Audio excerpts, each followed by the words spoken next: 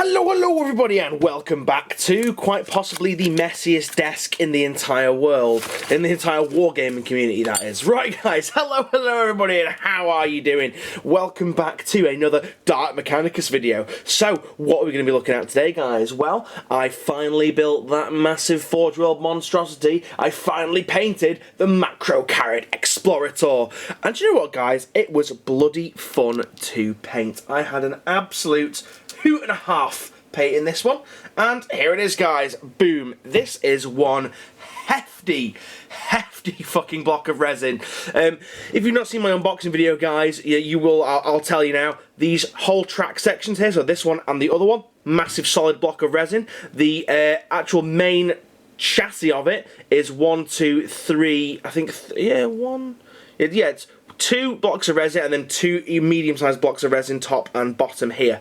But oh my god, guys, doesn't it look amazing when it's been painted? This will carry my Scutari Vanguard into battle, which is really cool. I did a little bit of digging about and found the rules for this thing online. So this basically, for all intents and purposes, is a mechanicum landraider. It's armor 14 all the way around. You can give it a flare shield on the front, which is quite good because it reduces the strength of regular weapons by 1 and reduces the strength of blast weapons by 2, which is pretty good, which makes it quite immortal. The weapons I have given it a Graviton Imploder, which is only 18 inches, but it wrecks vehicles and wrecks stuff with armor completely. And as you can see, guys, I've done quite a nice little glowy effect on there. Let me just zoom in so you can see the juiciness. Obviously, we will be doing some beauty shots at the end of this video. I even painted his little servitor friend up there as well. Now, his servitor friend is supposed to have a little, like, extra servo skull thing coming off here, but I lost it.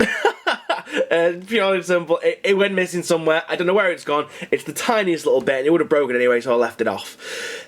So the other weapons that it has down here. Now, I was really good about this because you can't actually see it, and I painted them up really well. I tried to do like a glowy effect with the reactors because these are supposed to be eradication rays or eradication engines or something like that. Now, these are really nasty. These use the flame template. However, I think they use the flame template in reverse. So rather than holding the smallest end at the amount of the weapon, you hold the biggest end, so it's more of a point.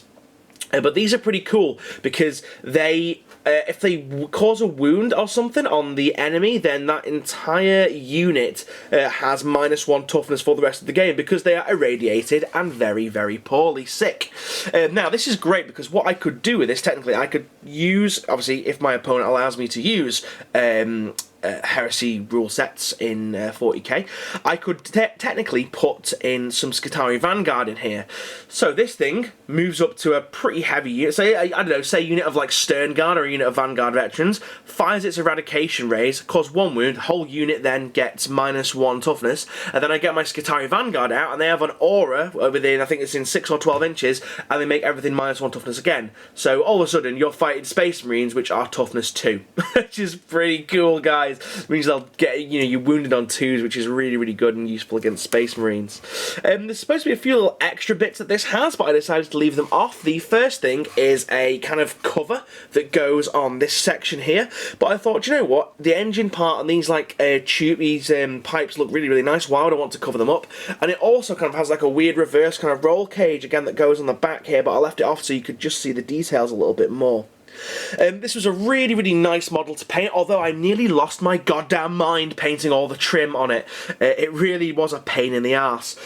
Just the amount of trim that I had, and I was going to paint it like a coppery colour, but it's not coppery colour, like a brass colour, but then I thought, it doesn't actually fit in with the rest of my army, so I opted for the standard scarlet with the standard Agrax Earthshade wash on it, and then just the bronzy kind of trim to it here.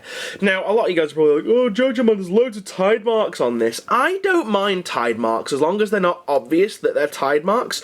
I personally think they just look like dirt. It looks like it's been in use for a long time, like you can see it here on these rivets and stuff, and on here. I like it. I like the look of tide marks personally. And some of you might go, oh, Georgia man, you're just being really lazy. But do you know what, guys? It's my model, and I'll paint it how I want to.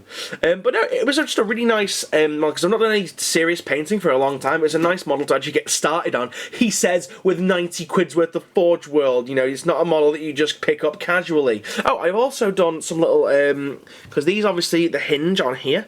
These doors are supposed to open outwards. I've also done some kind of like scratches and some weathering on here, which looks pretty cool. Such a heavy piece of kit this. I don't even know if my turntable is going to take the weight of it, but it's a really, really nice model, and the light today is looking really, really good actually on this model, which is pretty good. But yeah, obviously I'm not in any painters league such as the likes of Moggy from Moggy's Miniatures, but I think this is going to be a very, very nice addition to my Mechanicum army. And I might as well say fuck it and announce the fact that yes, I'm probably going to be doing a Mechanicum Horus Heresy army now, just for the fact that I've got loads of Mechanicum stuff heading on its way to me. But yeah, guys, so this has been it. I'm going to show you the beauty shots in a second. But yeah, thank you very much for watching. Please let me know what you think of this in the comments, in the doobly-doo down below. And yeah, I will see you in the next video. Watch out for the beauty shots, guys. So, see you now, and goodbye. Don't forget to like, favourite, and subscribe, and check out the Facebook group. See you now. Bye-bye. Bye.